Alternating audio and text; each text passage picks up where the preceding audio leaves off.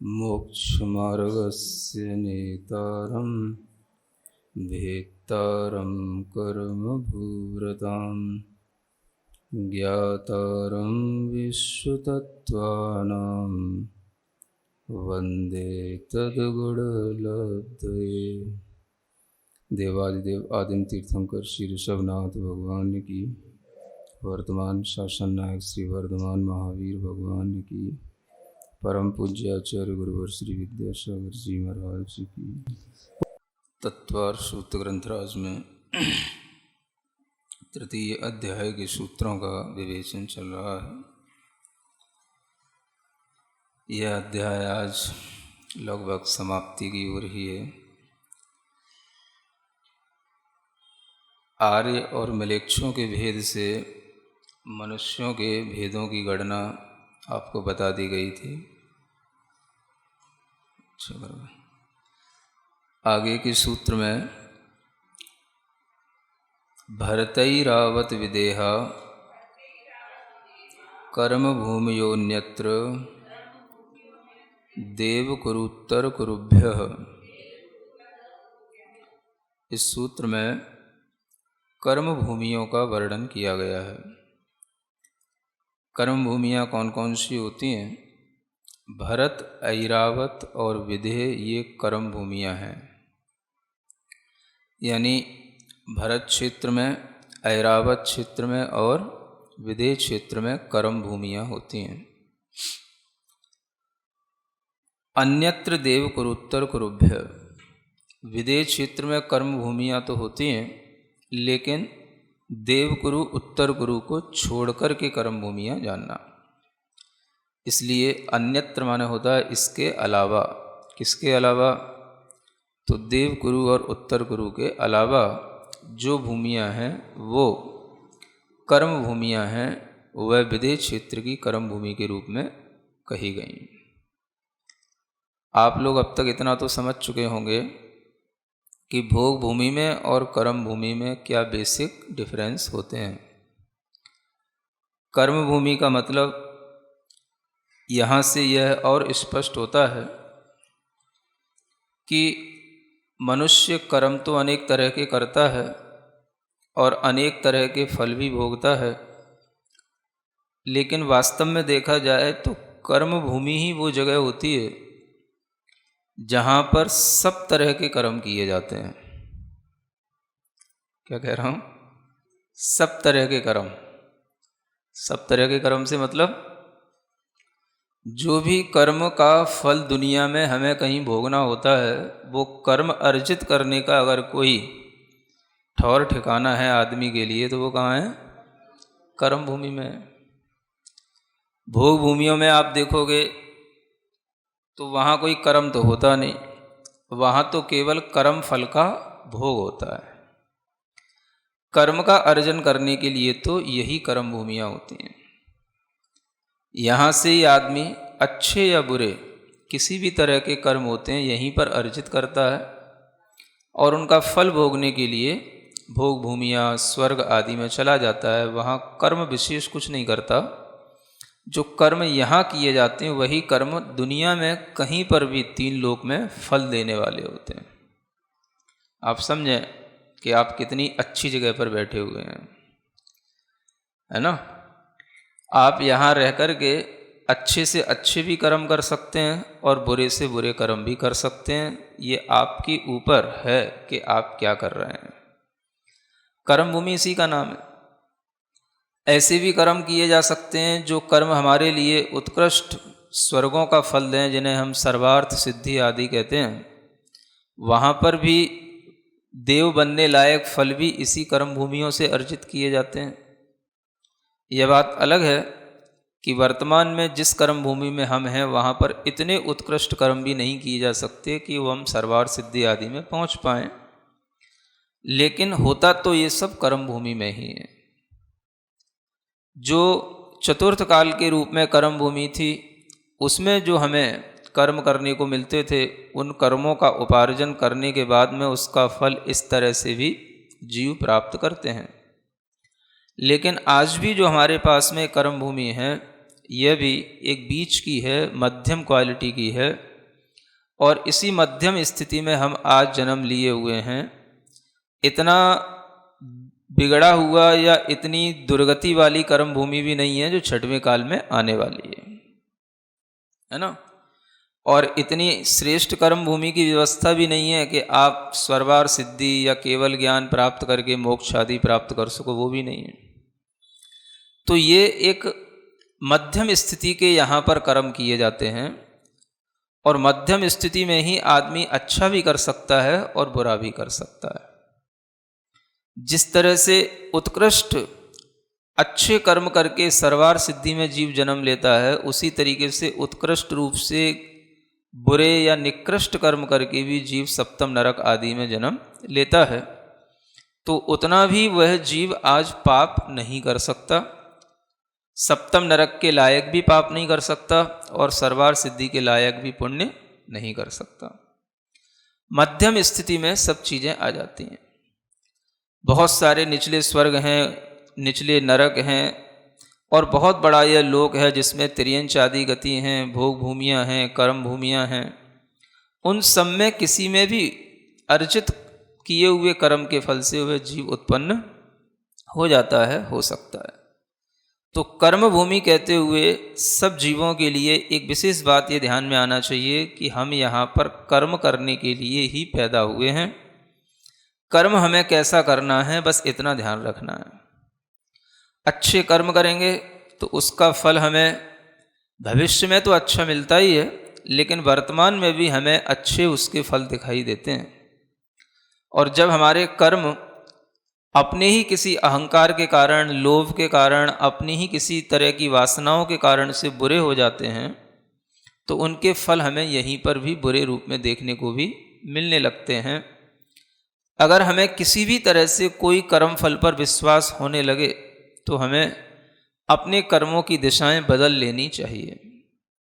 आदमी अगर इतना ही पुरुषार्थ इस पंचम काल में इस कर्म भूमि में कर ले तो उसके लिए यह कर्म भूमि भी एक वरदान सिद्ध हो सकती है। सभी जीवों को जब ये पता पड़ जाता है कि हमें अपने ही किए हुए कर्म का फल भोगना है, तो हम बुरे कर्म क्यों करें, अच्छे कर्म क्यों ना करें। और फिर भी अगर हमें बुरे कर्म करने की कोई आदत पड़ी हुई या हम करने लग जाते हैं, तो हम उनको भी रोकने की जब कोशिश करेंगे तभी हमारा कोई पुरुषार्थ कहलाएगा। तो हर जीव को, प्रत्येक प्राणी को यह ध्यान में रखने योग्य बात है। ये अब तो ये लोक के बारे में जो आपको मध्यलोक, अधोलोक के बारे में बताया जा रहा था, ये समापन की ओर है ना। सारांश क्या निकाला आपने? इतना सब पूरी दुनिया में आपको भ्रमण कराया, द्वीप द्वीपांतरों में असंख्या द्वीपों में असंख्या समुद्रों में, और तरह तरह के आपको संरचनाएं दिखाई। लेकिन इन सब में उत्पन्न होने की स्थितियां अगर बनती हैं तो कहाँ पर अच्छे कर्मों से बनती हैं और कहाँ पर बुरे कर्मों से बनती हैं, ये जानने की चीज़ है। हे क्या उपादेय क्या, ये तो हर समय जानना ही होगा। तो कर्म भूमियाँ जो हैं वो कर्म भूमियाँ कर्म को उत्पादन करने वाली एक भूमियाँ हैं जहाँ पर कर्म किए जाते हैं। इसलिए अच्छे भी कर्म अगर हम यहाँ करेंगे तो वह कर्म भी हमारे लिए कर्म भूमि में ही संभव है, भोग भूमियों में संभव नहीं है। इसलिए जो भी श्रोतागण हैं भोग भूमि की चिंताएं छोड़ें, है ना। सबको भोग भूमि संबंधी तो सबने बहुत प्रश्न किए और कर्म भूमि संबंधी किसी ने कोई प्रश्न नहीं किए। तो सभी श्रोताओं से कहना है कि भोग भूमियों की चिंताएं छोड़ें, कर्म क्या करना है इसके बारे में विचार करें, है ना। भरत, ऐरावत और विदेह, ये सब क्या हैं? कर्म भूमियाँ हैं। अब आप देख सकते हो, अगर हम 2.5 द्वीप के अंदर जितने भी क्षेत्र हैं, चाहे वो कर्म भूमि के क्षेत्र हों चाहे भोग भूमि के क्षेत्र हों, अगर हम सबकी गिनती करें तो अब आप गिनती करने में समर्थ हो सकते हो, क्योंकि आपको सब कुछ पढ़ा दिया गया है ना। आप बताओ, अब अगर यहाँ भरत क्षेत्र लिखा हुआ है तो 2.5 द्वीप में कितने भरत क्षेत्र हो जाएंगे? 2.5 द्वीप में कितने भरत क्षेत्र हुए? बोलो जल्दी बोलो। 5 भरत क्षेत्र हुए, है ना। हाँ, पूरे 2.5 द्वीप में 5 मेरु हैं, 5 भरत क्षेत्र हुए। और अगर आपसे पूछा जाए कि एक जम्बू द्वीप में कितने क्षेत्र हैं, तो आप क्या बताओगे? एक जम्बू द्वीप में कितने क्षेत्र हैं सब मिलाकर के? क्षेत्रों की संख्या 7 क्षेत्र है ना। अब बोलना सीखो। अब जम्बू द्वीप में कितने क्षेत्र हैं? 7 क्षेत्र हैं। अगर हम यही देखें कि धातकी खंड द्वीप में कितने क्षेत्र होंगे, टोटल क्षेत्र, जैसे जम्बू द्वीप में 7 हो गए तो धातकी खंड में 14 हो गए। पुष्करार्ध में कितने हो जाएंगे? 14 हो जाएंगे। तो सब मिलाकर के कितने हुए? 28 7 35, 35 हो गए, है ना। और इसके अलावा, इन क्षेत्रों के अलावा अब जो क्षेत्र बच रहे हैं वो कौन से बच रहे हैं? हमने 7 क्षेत्रों में विदेह क्षेत्र को तो काउंट किया, है ना, लेकिन उस विदेह के अंदर जो देवकुरु और उत्तर कुरु अलग से बताए गए थे उनको हमने अभी काउंट नहीं किया। तो अगर हम उन 2 उत्तर कुरु और देव कुरु को भी देखें 2.5 द्वीप के अंदर, तो वो कितने होंगे? तो वो 5 दूनी 10 वो हो जाएंगे। तो कुल मिलाकर के सभी भोग भूमियाँ, कर्म भूमियाँ इन टोटल कितने हो गए? 45 हो गए। समझ आ रहा है? 45 क्षेत्र हो गए, 45 भूमियाँ हो गई पूरे 2.5 द्वीप के अंदर। अब इन भूमियों में कितनी भोग भूमियाँ हैं और कितनी कर्म भूमियाँ, ये निकालो आप। सभी क्षेत्र कितने हो गए? 45 ही हुए ना। बताओ, कहीं कुछ गणना छूट रही हो तो बोलो जल्दी।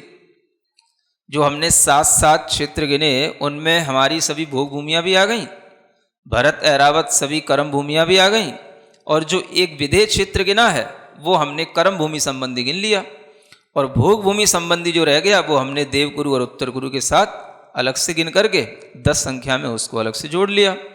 तो ये मिलाकर के सब 45 भूमियाँ हो गई। पूरे 2.5 द्वीप के अंदर कितनी भूमियाँ? 45। अब इनमें जो कर्म भूमियाँ हैं वो यहाँ लिखी हुई हैं, भरत, ऐरावत और विदेह। 5 भरत हैं, 5 ऐरावत हैं और 5 ही विदेह हैं, है ना। तो इस दृष्टि से देखें तो 15 जो विदेह, 15 जो क्षेत्र हो गए, ये हो गए हमारे कर्म भूमि के क्षेत्र। 5 भरत, 5 ऐरावत और 5 विदेह, ये 15 क्या हो गए? ये कर्म भूमियाँ हो गई। अब इनके अलावा जो 30 बची वो क्या हो गई? वो भोग भूमियाँ हो गई। समझ आ रहा है? अब आपसे पूछें, हैमवत क्षेत्र पूरे 2.5 द्वीप में कितने हैं? कितने होंगे? 5 होंगे बस। अब बढ़ाओ अपनी गिनती। हैरण्यवत क्षेत्र पूरे 2.5 द्वीप में कितने हैं? रम्यक क्षेत्र कितने हैं? हो गए 5-5। इस तरीके से, और कौन सा बचा? हरि क्षेत्र, ये कितने हैं? तो ये भी 5 हैं। ये वस्तुतः भोग भूमियाँ हैं, है ना। अब अलग अलग से गिनो भोग भूमियाँ। जो हमेशा ये हैमवत, हैरण्यवत, है ना, रम्यक और हरि, ये 4 क्षेत्रों की एक जम्बू द्वीप में ये 4 भोग भूमियाँ हैं। और देवकुरु, उत्तर कुरु मिला लो तो एक जम्बू द्वीप में 6 भोग भूमियाँ हो गई। ठीक है ना। तो ऐसे ही जब जम्बू द्वीप कितने हैं? 5 हैं, तो भोग भूमियाँ कितनी हो गई सब मिला करके? 6 पंजा 30, तो 30 भोग भूमियाँ हो गई। तो 30 भोग भूमियों के क्षेत्र हो गए, 15 कर्म भूमियों के क्षेत्र हो गए। टोटल जो है 45, ये 45 जो है पूरे क्षेत्र बनते हैं, है ना। 45 का अंक गणित में खूब चल रहा है। 45 लाख योजन का ही 2.5 द्वीप है, 45 लाख योजन की सिद्ध शिला है ना, सिद्ध लोक है, और 45 ही ये सब मिला करके क्षेत्र हैं जहाँ पर कर्म विशेष रूप से इस मध्य लोक में हो रहे हैं और भोगे जा रहे हैं। ठीक है ना। तो इस तरह से इन कर्म भूमियों में जब हम देखते हैं तो ये भी समझ में आना चाहिए कि अब आप देखो, कर्म भूमि में मुख्य रूप से जो चतुर्थ काल था वो 42,000 वर्ष कम एक कोड़ा कोड़ी सागर का काल था, है ना। बहुत बड़ा काल हो गया। एक कोड़ा कोड़ी सागर है ना, असंख्यातों वर्षों का वो काल हो गया। असंख्यात का मतलब समझते हैं ना, असंख्यात का मतलब क्या होता है? एक बहुत अच्छा आपको तरीका बता रहा हूं। संख्यात तो सभी जानते हैं, असंख्यात और अनंत में अंतर लोग कम समझ पाते हैं, है ना। श्री धवल जो धवला टीका ग्रंथ है उसमें आचार्य वीरसेन महाराज ने एक बड़ी अच्छा मतलब गणित बताया कि जो असंख्यात संख्या है उसे आप अनंत मत समझो, अनंत में और असंख्यात में अंतर होता है। तो उन्होंने क्या अच्छी टेक्निक बताई कि जो असंख्यात है ना, जो इन्यूमरेबल है, उसमें हम एक एक एक एक संख्या कम करते जाएं। अगर वह कम करते करते करते करते वो संख्या समाप्त हो जाए तो वो असंख्यात हो जाएगी, समझ आ रहा है ना। और अगर आप जिसमें एक एक एक एक कम करते करते भी वो कभी समाप्त ना हो तो वो अनंत होगी, समझ आ रहा है ना। मतलब कि असंख्यात संख्या भी एक संख्या है, वो हमारे ज्ञान का विषय नहीं है, अवधि आदि ज्ञानियों के माध्यम से वो प्रत्यक्ष जानी जाती है, लेकिन वह संख्या भी हमारे लिए धीरे धीरे कम होते होते होते घटते घटते घटते घटते समाप्ति की ओर आ जाती है। अनंत कभी समाप्ति की ओर नहीं जाता, समझ आ रहा है। तो ऐसे असंख्यात वर्षों का एक कोड़ा कोड़ी सागर का जो चतुर्थ काल बीता, उसमें आप देखो कि गिनती के शलाका पुरुष हुए, गिनती के कितने होते हैं? 63, ओनली 63। हाँ, सलाका का मतलब क्या होता है? जो बिल्कुल हाथों पे गिनने लायक हो, जैसे सलाइयां निकाली जाती हैं, सलाइयां मतलब कि बिल्कुल ये इतनी संख्या के बाद में हमने एक सलाई निकाल के रखी, गिनती की ये सलाकाएं हैं, गिनती की ये सलाइयां हैं, गिनती के ये विशिष्ट पुण्यवान पुरुष हैं, उनको कहते हैं शलाका पुरुष। हाँ, तो अब देखो कितना बड़ा काल है, पूरा चतुर्थ काल, दीर्घ काल, और उसमें मात्र 63 शलाका पुरुष हुए। कितने कितने करोड़ों करोड़ों मोक्ष हो गए, सब हो गया, लेकिन शलाका पुरुष कितने होते हैं? मात्र 63। ये आपको इसलिए बता रहा हूं कि आपकी बुद्धि थोड़ा खुले, है ना, और आपको पता पड़े कि महापुरुषों के पुण्य और महापुरुषों का प्रभाव और महापुरुषों के कार्य और उन महापुरुषों के द्वारा अर्जित हुआ पिछले जन्म का पुण्य सब जीवों की अपेक्षा से अलग क्वालिटी का होता है। समझ में आ रहा है? ये सब भी कर्म करके ही आते हैं, किसी ना किसी कर्म भूमि से, है ना, और किसी ना किसी कर्म भूमि में आकर के ये महापुरुष बनते हैं। तो ऐसे ये महापुरुष केवल 63 होते हैं, उनकी संख्या गिनी जाती है। सबसे पहले तो 24 तीर्थंकर, है ना, पूरे एक कोड़ा कोड़ी सागर वर्ष के काल में, जो कि 42,000 वर्ष कम है, उसमें कितने तीर्थंकर हुए? मात्र गिनती के 24 ऐसे महापुरुष, जिनके माध्यम से पूरे असंख्यातों वर्षों के इस काल में धर्म की प्रभावना चलती रही। आप समझो कितना बड़ा उनके अंदर पुण्य का प्रभाव होगा, कितनी उनकी पोटेंसी होगी, समझ आ रहा है। ये 24 तीर्थंकर इसलिए सलाका पुरुष हो गए। चक्रवर्ती होते हैं कितने? 12 चक्रवर्ती ही होते हैं, विशेष ये चक्रवर्तियों जिनका वैभव आपको बताया जा चुका है। और इसके अलावा 9 बलभद्र, 9 नारायण और 9 उनके ही शत्रु होते हैं, प्रति नारायण। ये सभी मिलकर के 63 सलाका पुरुष हो जाते हैं, और ये विशेष महापुरुषों की संख्या में आते हैं, है ना। यद्यपि कहीं कहीं महापुरुषों की संख्या अलग भी बताई जाती है, 169 169 जो है ये महापुरुष अलग से भी गिनाए जाते हैं। अगर इन्हीं में हम और देखें कुछ और महापुरुष, तो उन महापुरुषों की संख्या 169 हो जाती है। ये सलाका पुरुष नियम से भव्य जीव होते हैं, और ये नियम से किसी ना किसी भव में मोक्ष जाने वाले होते हैं। जरूरी नहीं सब उसी भव में चले जाएं मोक्ष, लेकिन आगे भी आगामी काल में ये नियम से किसी ना किसी भव में मोक्ष जाते हैं। और जो 169 होते हैं, उनमें जो महापुरुषों की गिनती में आ जाते हैं, तो उनमें कुछ और भी लोग जुड़ जाते हैं। 24 तीर्थंकर तो होते ही हैं, उनके साथ उनके माता पिताओं का भी नाम आ जाता है महापुरुषों की गिनती में, है ना। 48 क्यों? हाँ, 48 और जोड़ो, ऐसा कहने का मतलब, हाँ 24 माताएं हैं तो 24 पिता हैं और 24 तीर्थंकर हैं, तो ये सब मिला करके 72 तो ही हो गए, ठीक है ना। 12 चक्रवर्ती वो रखना ही है, और 9 बलभद्र, 9 नारायण, 9 प्रतिनारायण, ये सब होते ही हैं। इसके अलावा 11 रुद्र और होते हैं, 9 नारद और 11 रुद्र और 24 कामदेव होते हैं। ये महापुरुषों में आते हैं। कितने?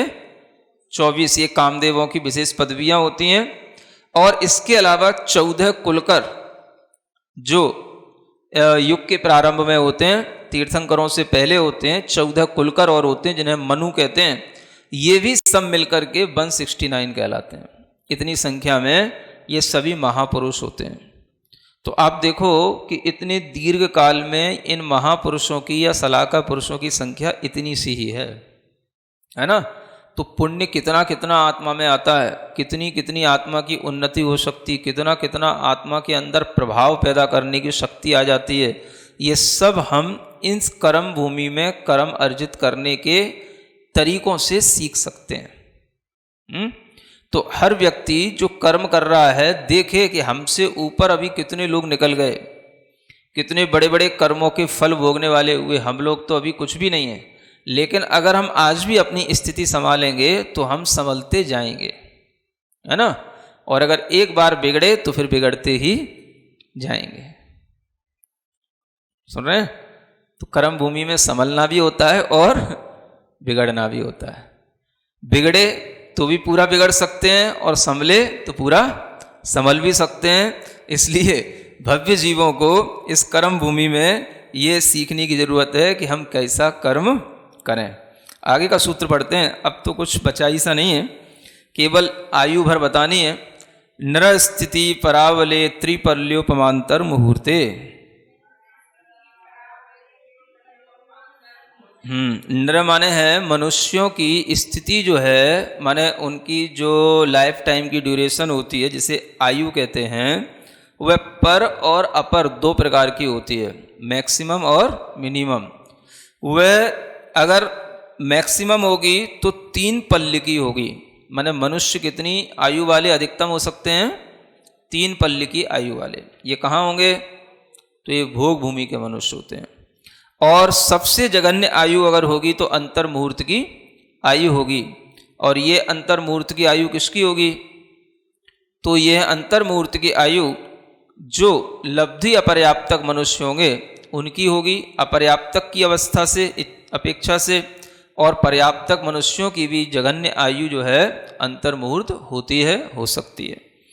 तो इस तरह से इसके बीच में जितनी भी आयु है वो सब मनुष्य की आयु है। मतलब अंतर मुहूर्त से लेकर के 3 पल्ले की आयु पूरी करना। और ये भी भाव परावर्तन में पूरी करी जाती है। माने हर एक मनुष्य हर आयु को भोग चुका है, हर आयु को प्राप्त कर चुका है, हर अपना भाव परावर्तन पूर्ण कर चुका है।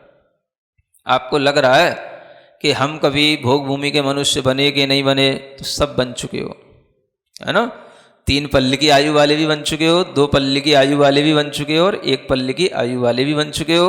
सब बड़े से बड़ी आयु के धारक, बड़ी से बड़ी अवगाहना, है ना। 6000 धनुष, 4000 धनुष, सब अवगाहना के धारक भी बन चुके हो। और कर्म भूमि में भी जो लोग कई बार पूछ चुके हैं विदेह क्षेत्र में कैसे जन्म हो महाराज, विदेह क्षेत्र के लिए क्या करना पड़ता है, ऐसे विदेह क्षेत्रों में भी एक पूर्व कोटि तक की जो आयु होती है वह भी इस जीव ने पूरी, माने उसमें एक एक समय की वृद्धि से लेकर के पूरी एक पूर्व कोटि की आयु पूरी वह भोग चुका है। यहाँ तो कितनी सी होती है? 120 वर्ष की आयु है। लेकिन इसके आगे बढ़ोगे तो उसमें एक एक समय बढ़ाते हुए 120 वर्ष में 1 समय अधिक, 2 समय अधिक, 3 समय अधिक, ऐसे अंतर मुहूर्त अधिक, 1 दिन अधिक, 2 दिन अधिक, 5 दिन अधिक, महीना भर अधिक, ऐसे करते करते पूरे एक पूर्व कोटि वर्ष तक की आयु भी इस जीव ने भोगी है। और हर एक आयु को यह जीव भोग चुका है। इसलिए न तो आप विदेह क्षेत्र की चिंता करो, न आप भोग भूमियों की चिंता करो। ये सोचो कि कर्म भूमि में हमें कौन सा कर्म करना है जिससे हम अपने कर्मों को काट सकें, है ना, कर्मों से हम रहित हो सकें। इस तरह से यह लोक विज्ञान के ज्ञान का यह फायदा लेना चाहिए। लोग पूछेंगे इतना बड़ा आपने लोक विज्ञान पढ़ाने में 10-12 दिन तो लगे गए होंगे, क्या इसका रिजल्ट निकला, क्या इससे फायदा होने वाला है? तो जितनी आप नॉलेज ले रहे हैं उससे आपको इतना तो लगता है कि कहाँ पर कैसे मनुष्य हैं, कहाँ पर कैसा जीवन है, और यहाँ पर जो जीवन है उससे भी अच्छा जीवन कई जगहों पर है। तो हम थोड़े से जीवन के लिए ज़्यादा भाग दौड़ करना, आकुलताएं करना, परेशान होना, इससे हमारे हाथ कुछ नहीं लगने वाला। उल्टा जीवन जल्दी समाप्त और हो जाता है। बीमारियां होंगी, परेशान होगे, शांति से अपना धर्म ध्यान अधिक से अधिक करने की कोशिश करो। जितने परिणाम आदमी के शांत होंगे उतनी ही विशुद्धि होगी। विशुद्धि से ही आत्मा की उन्नति होती है, कर्मों का क्षय होता है। तो विशुद्धि बढ़ाने के लिए संक्लेश का मतलब भीतर से हमेशा कष्ट में रहना, क्लेश में रहना, दुखी रहना, भीतर से हमेशा जो है परेशान रहना, इस तरह की मानसिकताओं को हमें छोड़ना चाहिए, है ना। संसार की दौड़ का कोई अंत नहीं है। इस दौड़ से निकलने के लिए ये ज्ञान जरूरी है, क्योंकि जब तक आपको ये नहीं पता हम कहाँ कहाँ तक दौड़ सकते हैं, तब तक आप उस दौड़ से आगे निकल नहीं सकते। तो ये मनुष्यों के लिए हो गया। आपके साथ में बहुत सारे त्रियंश भी रहते हैं, थोड़ा उनका भी ख्याल रखो, है ना। आपको ख्याल नहीं है तो क्या है, बड़े बड़े आचार्यों को तो ख्याल है ही है, इसलिए वो उन्हीं से इस अध्याय को पूर्ण करते हैं। तिर्यक योनिजानाम च, हाँ, तिर्यक योनि बोलते हैं। इस तिर्यंशों के साथ में योनि शब्द जोड़ा जाता है ना। क्यों जोड़ा जाता है? शायद त्रियंश गति में उत्पत्ति स्थान, योनि स्थान सबसे ज़्यादा है ना। ऐसा हमें प्रतीति में आता है, इसलिए बता रहा हूँ। क्योंकि जब पृथ्वी का एक, जल का एक, अग्नि का एक, सबके आपको 7-7 लाख सभी योनि स्थान बताए थे, तो सबसे ज़्यादा त्रियंश गति में ही बनेंगे, है ना। बाकी तो सब क्या है, 2-2, 4-4 लाख, 14 लाख मनुष्यों के हैं, इतने ही बनते हैं। तो ये सबसे ज़्यादा योनियाँ अगर हैं तो त्रियंशों में हैं, इसलिए इनके साथ एक शब्द ही जोड़ा जाता है, तिर्यक योनि। जा माने उसमें उत्पन्न होने वाले। तो त्रियंशों में उत्पन्न होने वाले जो त्रियंश हैं उनकी भी आयु जघन्य और उत्कृष्ट मनुष्यों की तरह ही जानना, यह च शब्द से कह दिया गया है। च माने जैसा ऊपर के सूत्र में बताया वैसा ही यहाँ पर लगा लेना, यानी त्रियंश भी 3 पल्ल की आयु वाले होते हैं। उत्कृष्ट से कितनी? वो भी कहाँ होंगे? भोग भूमि में। और त्रियंश भी जघन्य से होंगे तो वह भी क्षुद्र भव को धारण करने वाले लब्धि अपर्याप्तक जो त्रियंश होते हैं, एक श्वास में के 18वें भाग में जन्म मरण करने वाले, ये इनकी आयु जघन्य आयु अंतर्मुहूर्त कहलाती है। एक श्वास का 18वां भाग भी अंतर्मुहूर्त है, और पूरा एक अंतर्मुहूर्त भी एक अंतर्मुहूर्त माना जाता है। अंतर्मुहूर्त के बहुत सारे असंख्यातों भेद हैं, है ना। अंतर्मुहूर्त एक प्रकार का नहीं है। तो सबसे जो जघन्य आयु होती है वो होती है श्वास का 18वां भाग। इसको एक शब्द दिया गया क्षुद्र भव। क्षुद्र माने छोटा, भव माने संसार। इससे छोटा संसार किसी जीव को नहीं मिलता। ये नियम से लब्धि अपर्याप्तक मनुष्य होते हैं। लब्धि अपर्याप्तक का मतलब आपको बताया था कि जो अपनी कोई भी पर्याप्तियां पूर्ण नहीं कर पाते और उससे पहले ही उनका मरण हो जाता है।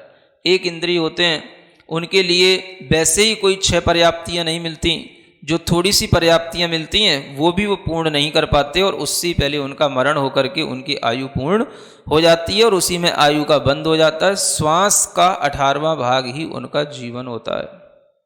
सुन रहे हो? कौन की श्वास?